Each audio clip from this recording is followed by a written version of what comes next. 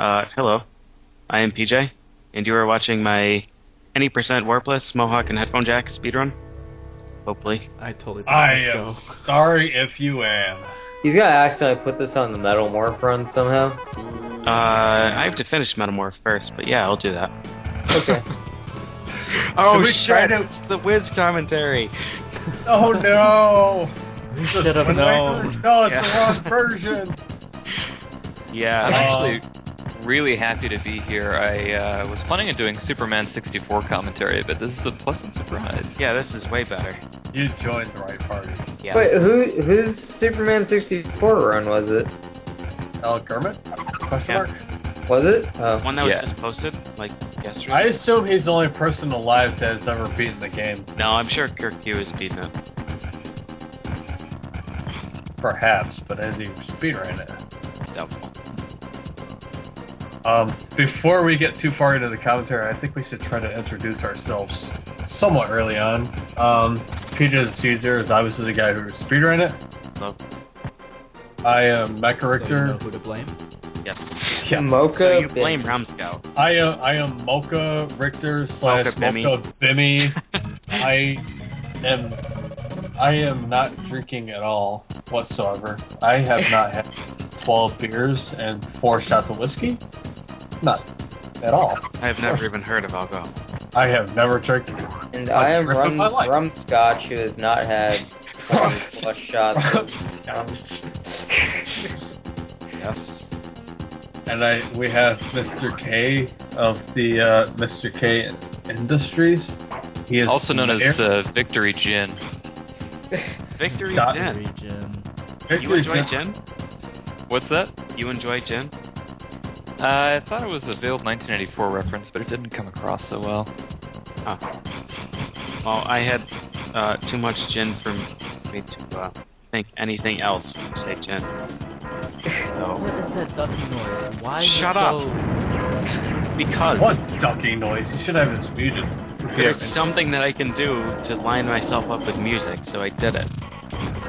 Why does it sound like the worst sound ever? Welcome to Mohawk. In a game that's... It's a game that's, based around music. That was a And- perfect fight. But That's That was a very bull nice statement. fight. That was a good fight, yeah. That was a great fight. so in a warpless run, I play every single stage known to mankind. And that's a scary fucking thing. Yeah. Very, Yeah. very scary. You better. We made it them- this far. 5 worlds in, you'll be very sorry you started watching. Yeah, the first 5 levels are the exact same as my run with warps, except they're sloppier here. Because I didn't really care to optimize them because, Warpless is a very dangerous category. it sucks. If you're off by like a few pixels on any jump in the last like 6 That- stages, you die immediately. That jump you use to get the wing power up is really, really tough. Yeah, they're all real That's stupid. some pretty powerful lag. Yeah. Yeah. I guess. Insane. Like 6-1, if you jump anywhere where you're not supposed to for like a frame longer or a few pixels away from where you're supposed to jump, you die. Like the gravity just pulls you directly into fire and you're killed. So I didn't bother trying to optimize these first stages as much as I did with the other run just because it was impractical. Have you explained the gravity flags at all? No I haven't. Actually. Well, not in the commentary. There's like, let's see, 15 different levels in the game, although one of them is an exact repeat of a previous level, just with a different palette. So there's 14 different levels, and each one has 250,000 different gravity vectors. And all of them point in a different direction, and it tells the game where to send Mohawk.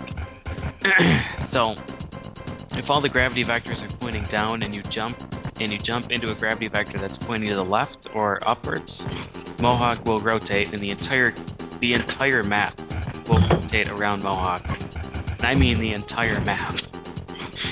Yeah, It's awful. unbelievable. Pretty darn strong. Yeah. The developer of this game actually had to develop his own compression and decompression routine to handle such fast scrolling of the map.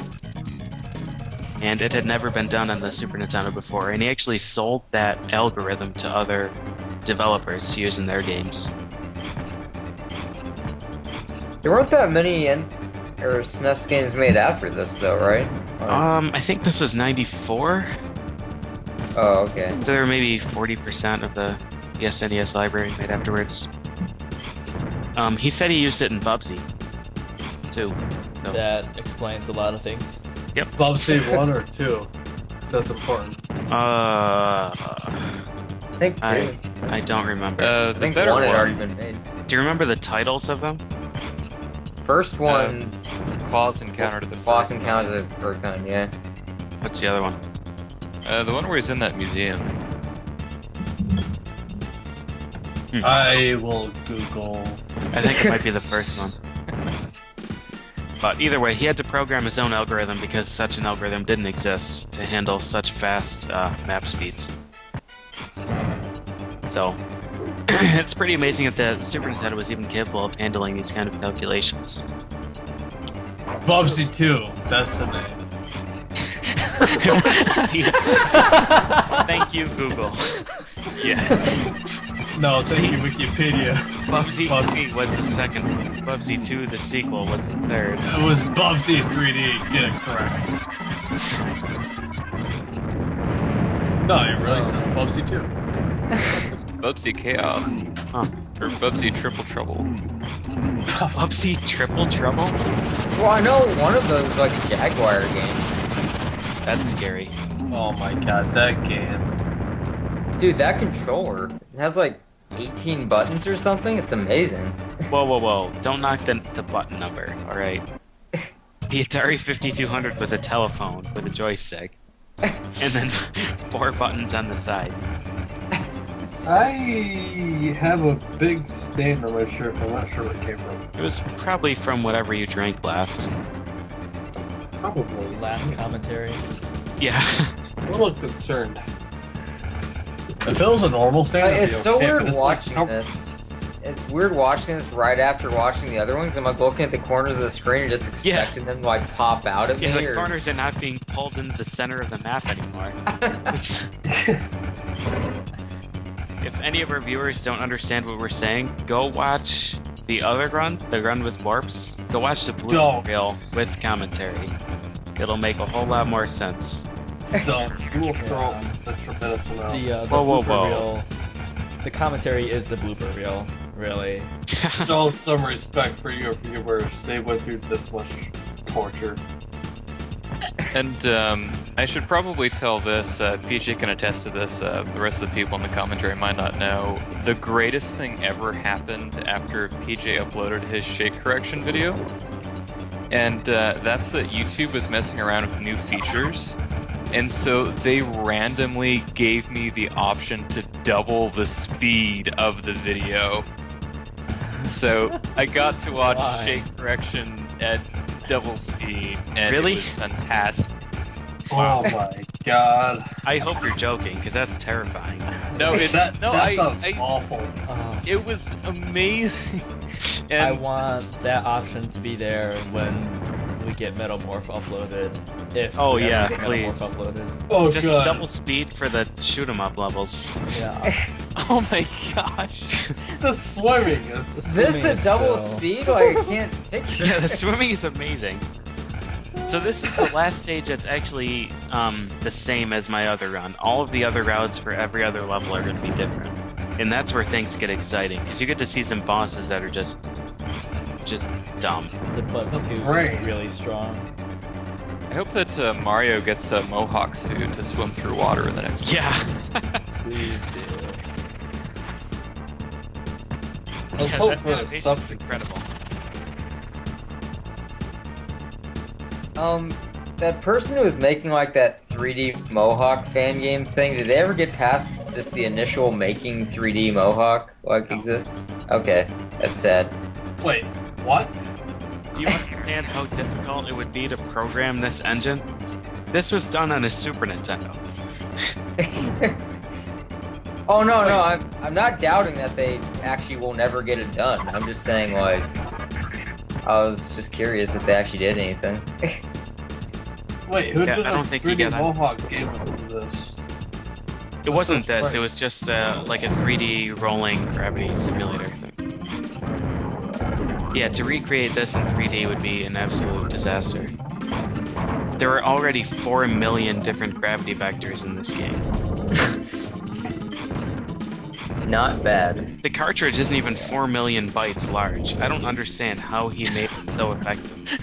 There's probably like 9 layers of compression or some shit on everything. Yeah, I told you, he made his own decompression algorithm just for this game. It's a brilliant game, to be honest. It doesn't remember any of them. I love Probably this too boss. far ahead of its time. Yeah, that boss is crazy. That octopus is so hard. That was an octopus? Well, yeah. It had 4 legs. It's like all octopus.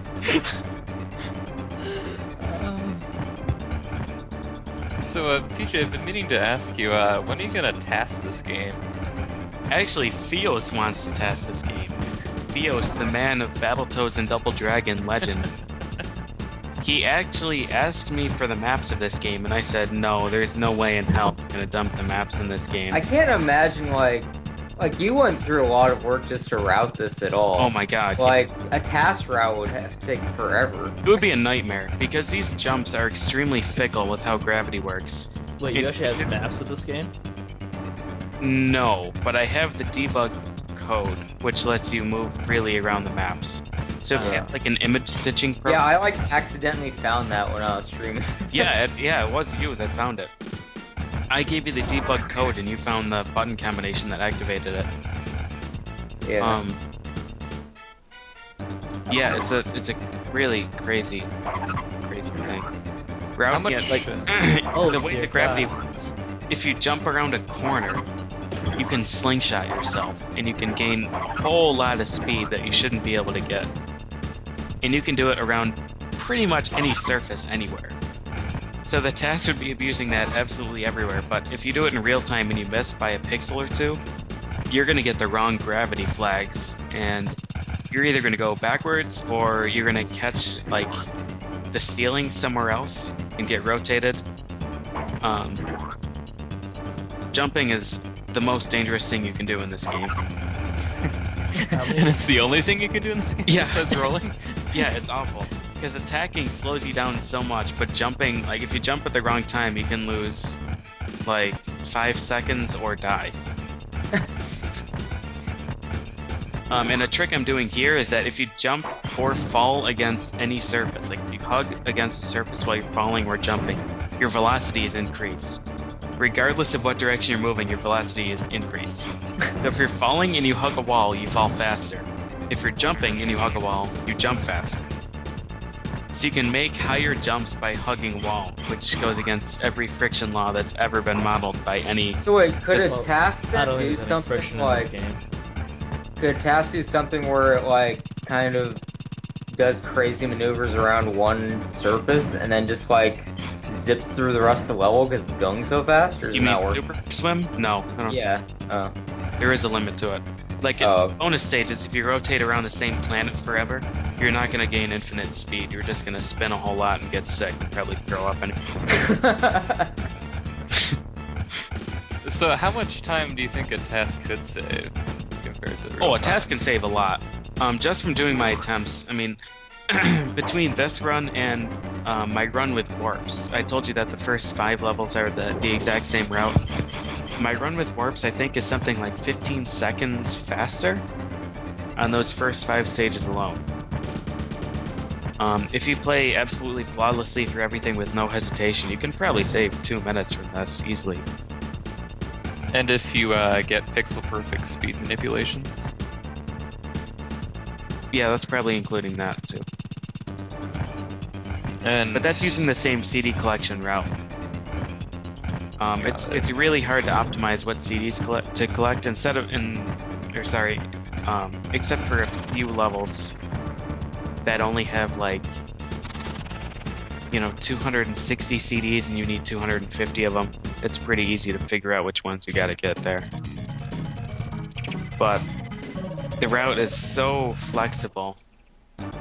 The maps are absolutely gigantic. It's pretty tough to figure out. Yeah, like, he's not gonna pause during the run, but if you ever, like, played this game and just, like, pause to see the map and you can see, like, the full thing at once, it's like every map is bigger than the entirety of Super Metroid. It's Yeah, like mind-blowing. it's ridiculous.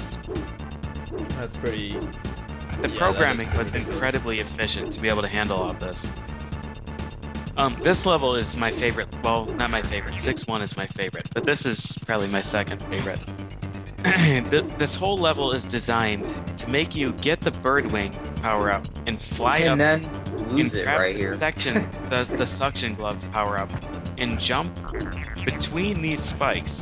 But if you're fast enough, you can just get the Birdman power up and fly all the way, like, basically halfway to the exit. And it's incredibly tight because, like, the gravity rotates halfway through that. And based Wait, you're on actually supposed to get the plunge your feet thing? to punch your feet. The suction gloves? The suction Yeah. gloves? Yeah, because every Yeah. time I saw you get those, all you did was die. Yeah, So- oh my god. The controls for that are the worst thing I've ever seen in anything ever. It's awful. It's so bad, I can't even describe it. Worse than the shooting direction when you're somersaulting in Metal Morph? Yeah, way worse. Way worse. Because you jump, like, you're stuck to the wall, and you jump, and you have no control over which direction you're going when you jump. And you just get pulled somewhere. And it usually just pulls you into spikes and kills you. So instead I fly through that, and then just jump through the rest of it. I turn into a spike ball to dodge the power-up. So, this level is actually one of the hardest ones in the game, even though it's probably one of the shortest levels. And this is the fastest boss fight I've ever had. Even though it looks like really simple, it's a really dumb fight. It did look pretty simple. The entire boss chamber is a big circle, which means that when you jump, especially with the wheel, which gives you increased jump height, you get pulled absolutely anywhere the game wants you to go. Remember, the game has just gravity flags on every single tile ever. And in a circle, it's always pointing outwards, so when you jump, you pass through every gravity vector, and it just doesn't know what to do with you. So if you have to dodge anything and you jump, you're just going to go anywhere, and you have no control over it. And you can lose 8-10 seconds from just jumping. How many gravity flags did you say were in this game? It's 250,000 per level, And there Okay. are, and there's 14 levels. Okay, so that boss chamber probably had A lot. 240,000 in that particular chamber, you would say? Probably 10,000. Okay. Yeah, because the entire level would have 240,000 or whatever. Yeah. This stage is pretty awful. It's pretty obvious where you have to go because it's actually a somewhat linear stage, but it has ridiculous jumps. It's pretty obvious where you have to go. Yeah. Yeah, Yeah. linear. Yeah. Yeah, linear is a kind of strange word, but there's like one path where you actually have to exit to get to the end of the level. I love when you go for a jump and you just end up like flying non-stop. That so you like slingshot let the go of the. time. That's like the greatest jump ever. That's so good. I love that jump. I actually have no idea how you're supposed to do this level. I literally have no idea. I thought that was the way you're supposed to do it, and then Blue Glass said he was surprised that I was able to do that jump. So, Wait, you just said this was a linear level. And now Yeah. you tell me you have no idea You how have no idea how you're supposed to. it was linear for me. I was like, there's a blimp power-up, I can grab it. Here I go. Having a power-up that lets you fly anywhere you want is not linear. Sure it is. You have to go down here at some point to finish the stage, therefore it's linear. It's funny, like I. Also, look know out, how because this the- part gets pretty intense. Yeah, I know how the Yeah. map's gonna turn each time you hit a corner, but my mind's still not ready for it somehow. No. Yeah. No, It's going to 'cause, be like this for the next minute. Or like, your mind thinks it knows what direction it's going to turn, and it turns that way, but like it turns too far that way, and it has to like readjust backwards. Yeah. Yeah, I love it. So, this my game body has is ready. a bad habit of, it makes you fall through platforms if they're too thin. So all of these, like, the little platforms here, I'll call them 2 tiles thick. I don't know if they're actually 2 tiles or not. But if you're on a platform that's one tile thick and you land straight on it, sometimes you'll fall directly through it and die. And that's where most of the frustration came from. And you'll see in like, I don't know, a minute and a half or so when I get to the end of this stage, it's literally a bunch of the thinnest platforms the game could actually program in, floating over instant death lava. So, a lot of deaths during that section. And if you hit them even slightly, oh yeah, if you hit them even slightly off center, you'll fall straight through and die. So, yeah, this is a really difficult category to run. Not just because you have to memorize all 14 levels in the game, but because stupid stuff like that can kill you.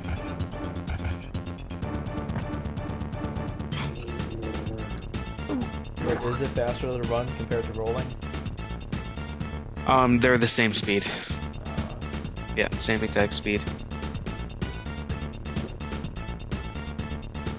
Yep, even while falling, it doesn't make a difference. I used to think it did, but it doesn't at all. This is the level that I used to play in my old run with warps. I used to warp in the first water level to this level, and I'd play through it normally, and then I'd warp in the next level afterwards. But it's faster to warp in the second water level than to play through this one. Yeah, that's the route in your 34, right? Yeah, my 34-17. And sadly, most of the time that I lose in this stage is from the stupid pipe. Oh god, these things. I'm glad Shake Corrections. No. Oh yeah, the rotating platforms are just a nightmare. They're so bad. There's one room in this game, and by this game I mean this level. This level, actually, yeah. And it's like 3 rotating platforms wide and about 7 tall. And if you fall down, gravity always pulls you straight down, and to get back up, it's a one-way thing. You have to climb all the way up those rotating platforms while they're spinning. That so you jump on them terrifying. and have to figure out which way is up while you're spinning, and then jump and hope that you actually hit the gravity vectors while they're facing up and not slightly to the side. Because if they were to the side, you get launched to the side, and you have no chance of landing on. Like, they must have made this game just trying to get people sick. Like, there's no other reason to put that No, they must have made this game without actually having played the game. That's fine. Yeah, that level is a disaster. That one room. Whenever I stream it casually, I always ask people if they want to see it, because like I'll be like, oh, do you want to see the scary room? They're like, well, yeah. And I'll show it to them, and everybody will be like, oh god, please, hurry. Please get to the top. I don't think I would be able to do that room. Just flat out. No, it's awful. If you're on the side, you can kind of get a frame of reference by using the wall as you're rotating. But if you're in one of those middle columns, there is literally no frame of reference at all. It just spins, and the only thing you can look at is the background. And that doesn't give you anything about direction. It's horrible. So this is the other stage that I used to collect 500 CDs for. 500? 400? Maybe 400. For the warp or whatever? Yeah, for the warp in my other run. And in this run I collect 0. So this is a pretty quick stage if you just run to the boss. Yeah, it's so weird that you don't need the... I remember when you first found out you don't need CDs to fight the boss. And yeah, like, wow, I just wasted like 5 weeks routing this for no reason. Yeah. The cool thing is, I only routed like the first 3 stages or something, and then when I was playing through it, you know, for all the boss levels, I never really went through this, but there are 7 worlds in the game, 2 levels per world, and every second level of the world has a boss level. And the boss levels always require 100 CDs. And once you get those, you can check your map, and it'll put a big X where the boss is. When you go to that X, the boss will spawn, and you kill him.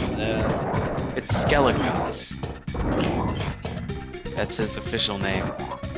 The ribcage, 2 heads. How comic looking everything is, the bosses are always surprisingly gruesome, I guess. Oh, just wait for the next boss then. So in every boss level you need 100 CDs to make that X appear on the map, but if you're tuned into what the developer is thinking, you can just know where the boss is going to be and go straight to it. And the boss trigger actually requires no CDs. If you get to the boss room, the boss will appear, and when you kill him, the end portal will appear. So you need no CDs at all to trigger the boss. How does one get tuned in to what the developers are thinking? You play it a whole bunch, and then look at the map on a new stage and say, wow, that room looks like there would be a boss there if I programmed this game. Yeah, I remember you never, like, even bothered with CDs, your blind playthrough of No, these my blind stages. through, no, absolutely not. On the boss levels, I knew exactly where the boss was every time. Yep. So this stage is actually the coolest stage in the world, because it made me quit this game for about 4 months. I played through it, and I got absolutely lost, because the switches weren't doing anything at all, and I got stuck. There was nothing I could do. This stage has a whole bunch of firewalls that I just killed myself on, that you deactivate by hitting these switches. But the stupidest thing is that when you hit the switches, some of them deactivate after you die, but not all of them, just some of them. And it happens to be the ones that are the most out of sequence that deactivate when you die. So, to do this stage quickly, you have to not only sequence break, but you have to damage boost back out after you get through. So the firewalls will kill you if you run into them, but if you use the invincibility from a damage boost, you can get through it. And I go through and I hit basically the last switches in the level first, and it unlocks a whole bunch of CD reservoirs early, and that'll unlock the end of the level portal. I remember right before you quit for a while, you were, like, looking for a reference on, like, what the intended route of this level was. Oh, yeah. Like, did you ever actually find one? Because I know when we looked through, like, Nintendo Power and stuff, like, nada. Right, Nintendo Power had a map of this, actually, which is cool, but the map was 100% wrong. It was referencing switches that didn't exist, and it put the switches in the wrong order. So it was completely useless. Absolutely 100% useless. And the source code that I had, like, there was nothing I could find in there that mentioned it. So what I did is I actually played through, and I would go hit a switch, run through the level to figure out what I deactivated, and then reload the save state and try it with another switch. Before I found debug mode, which made that a whole lot simpler. So, if I were to label these switches in order, which you have to hit, from 1 through 9, obviously 1 being the first one you have to hit intentionally without doing any special damage boosts or anything, all the way to 9, which is the last one. I hit the switches... Was it a bear? Maybe. Might be. I hit these switches... I hit 2, 3, 6, 7, 1, 4, 8, and 5. So you almost hit all of them anyway. Left to 9. Yeah, I skipped 9 because 9 unlocks something. There's 44 CDs that you can collect from hitting switch 9, and it's about a 3.5 minute detour to get there. So I don't do that. There's you need either 300 or 400 CDs, and there's, I think the way I do it, there's 6 that I can miss with my route. So if you need 300, there's 350 in the level. If you need 400, there's 450. I don't remember how many it takes. But basically what you have to take away from this is that I do a whole bunch of really unintentional damage boosts to get through firewalls that I'm not supposed to. Unintentional damage boosts? Oh yeah, very. You're supposed to hit the switches to deactivate it, and instead I use... Okay, come on, what is the point of this? The spinning pipe! It's so good. Oh, that is so unnecessary. No, it is absolutely necessary. It's the greatest dear feature God. of this entire game. Don't worry, I have to go back. There's the bear again. What the hell happened? Why is there... The bear's been in our call for the last, like, 10 minutes, dude. I don't know where you've been. I fell asleep or died. So, PJ, when you were looking for a map of this level before you had debug mode, did you look for maybe like some ASCII representation of the level? Yeah, ASCII. Like game text style? Someone tapped out the whole stage. Yes. I only wish that were the case. Oh my god, that would be amazing. So it would be nice to damage boost back out of there, but there's nothing that can damage you in there. So I have to run all the way back out. You have to go back through. Why? I have to go all the way back through the spinning pipe maze. There's like 50 CDs back there. There's no way you can avoid it. You have to do it. Wow. So what does this look like on the map? I forgot. It looks normal. It looks it's like a just straight line. They're pointing you in a A circle. straight line where the gravity things just are Right. all together. Wow. Yeah, I'm not sure why they did this except to get an amazing laugh out of it. I thought it was brilliant. That's amazing. That's like something that I would do if I made this game. Pretty much. Yeah. But this level is my favorite level just because it took so long to figure out how it actually worked. And there is an intentional solution that does actually work, but there's no way a human would actually figure it out. That's why PJ figured it out. If I didn't have save states and all that, I definitely would not have. I mean, I have a lot of patience, but I don't have that much.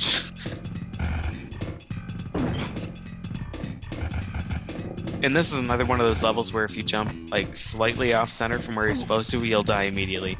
Like all the little, like the blue that you see on the map, Yeah. what I just killed myself on, that obviously kills you. And all the orange, That yellow. wasn't intentional, of course. Yeah, that was. That brings me all the way back to the beginning of the stage, and I have to go back to where I damage boost initially, because that's where the exit is. Good level design there. Oh yeah, for sure. I do some really godly damage boosts here. This is one that's really tough. Oh, is this the one where you use the same guy twice? Yeah. I You have to remember this. hover around a corner, and the way that gravity works, you can sometimes unintentionally slingshot yourself since you're around a corner. If you flap at the wrong time, you'll just get launched into fire. And you have to hover right underneath that fire to aggro that guy. It's a crazy level, Yep. but it's cool. This level alone is close to 8 minutes long. And the warp run skips this, but I think it's a cool level. I'm sure cool is one way to describe it. Wow, what was that? I kill myself at the beginning here to get some health. Oh. Doesn't cost too much time. And there's a lot of really dumb jumps that even if you do correctly, you can get hit sometimes because I don't really understand the timing of the level. Sometimes the flames will be at like a set interval, and sometimes they'll be random. So is there a point to killing all these enemies? Or at least the ones that you do kill? Lag reduction, or they're in the way and there's no way to avoid them. So what causes lag in this game? Everything. Moving objects. Yeah. So it loads the entire map from the start, right? But does it like No, load all actually, the enemies too? it loads locally. Believe it or not, it loads based on the camera position. Oh, okay. Which is why it's amazing when he's teleporting so fast. It's continually unloading and loading new map, but it doesn't lag during that section. Well, yeah. I So was it- gonna ask, how can you tell? But it's pretty. It's basically the moving enemies that make it bad, or a whole bunch of sprites, like the rotating CDs. If there's a whole lot of them on screen, it'll make it bad. What an amazing boss. Yeah, this boss I fucked up real hard. All the bosses are pretty. The fire dolphins. Fire Sulfuric Surfer, he's called. Is that his actual name? Yep, it is. It is his actual name. I lost, I think, 12 seconds to this fight, which is pretty disappointing. That's the biggest mistake in this run. Sulfuric Surfer, that's a good idea for a form name. You're supposed to be able to... You fly with him all the way to the left until he despawns, and then he respawns and surfs to the right. And you fell him all the way to the right again, hitting him constantly. Tough boss fight, though. Mm-hmm. And Anyways, I messed it up real hard.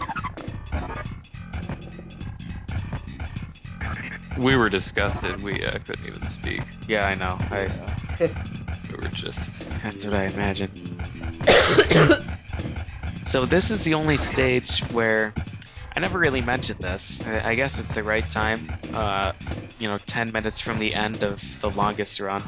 I guess I can describe the basic mechanics of the game.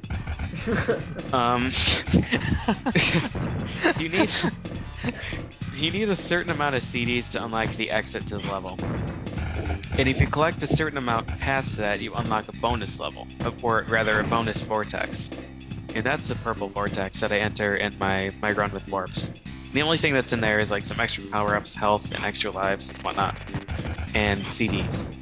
And if you collect even more past that, you unlock a warp in some stages. I think there's six warps in the game. This is the only level where you actually require more CDs to get the normal exit than you do for the bonus level.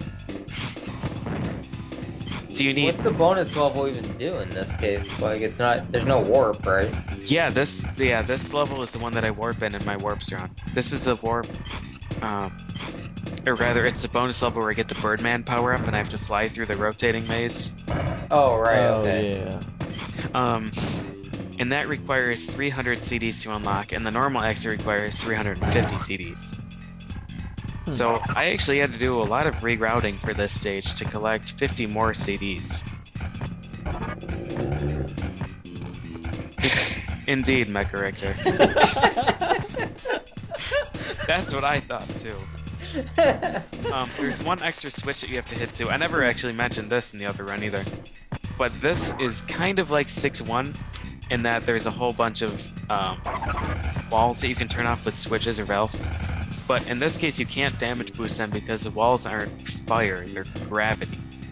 The walls are gravity. The walls are gravity, right. And if you jump near them, you get absolutely launched backwards, and it's hilarious.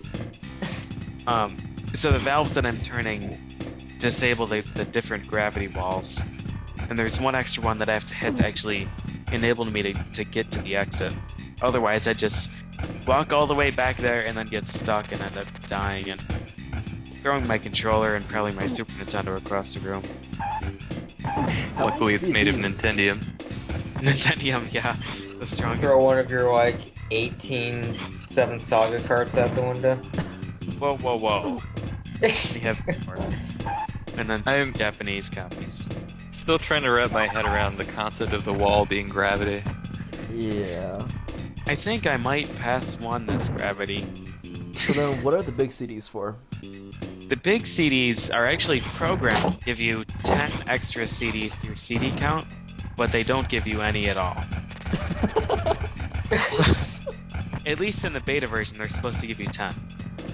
They also change the music. Yeah, I was gonna say, you have to listen to the same song this whole freaking game, right? Oh, you better believe you do. Yeah. So I chose the most tolerable music that's along the way, because the basic music would absolutely drive me crazy, and I will sacrifice that 2 seconds every day to change the music. Yeah, it's just awful. But if you pause the game, which I'm obviously not going to do in this speedrun, the interface is like a radio. You can change the volume, believe it or not.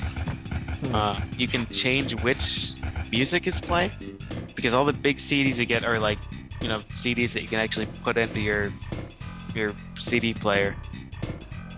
So you can change it whenever you want based on what CDs you collect.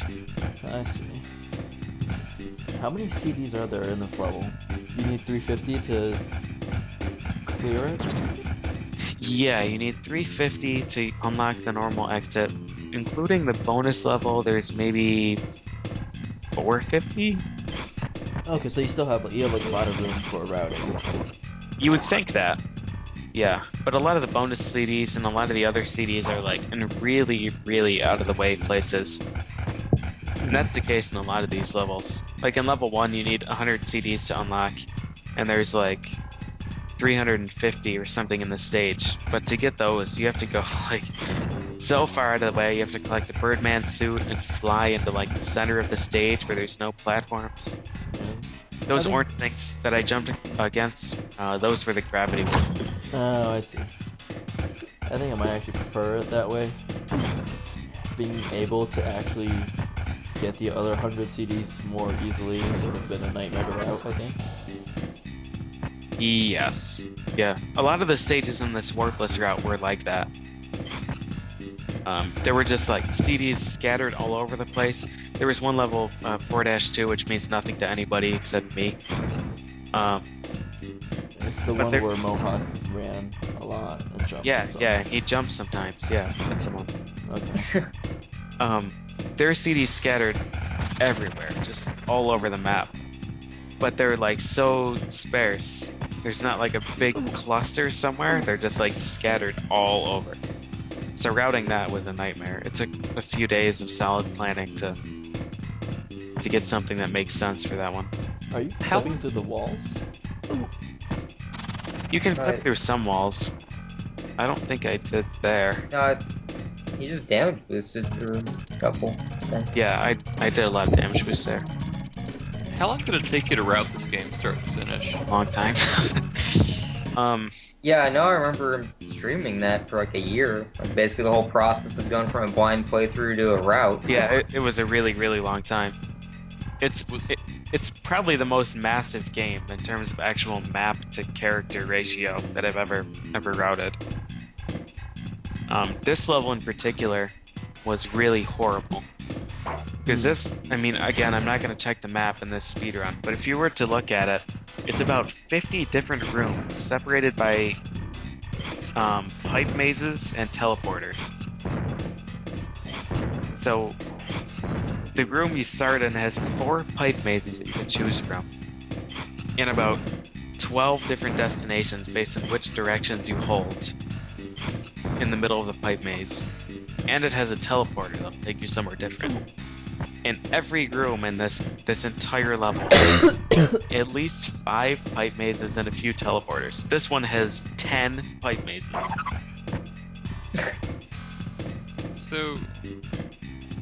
So I had to figure out the least number of pipe mazes to go through the entire stage. And it took a really long time. It was just horrible.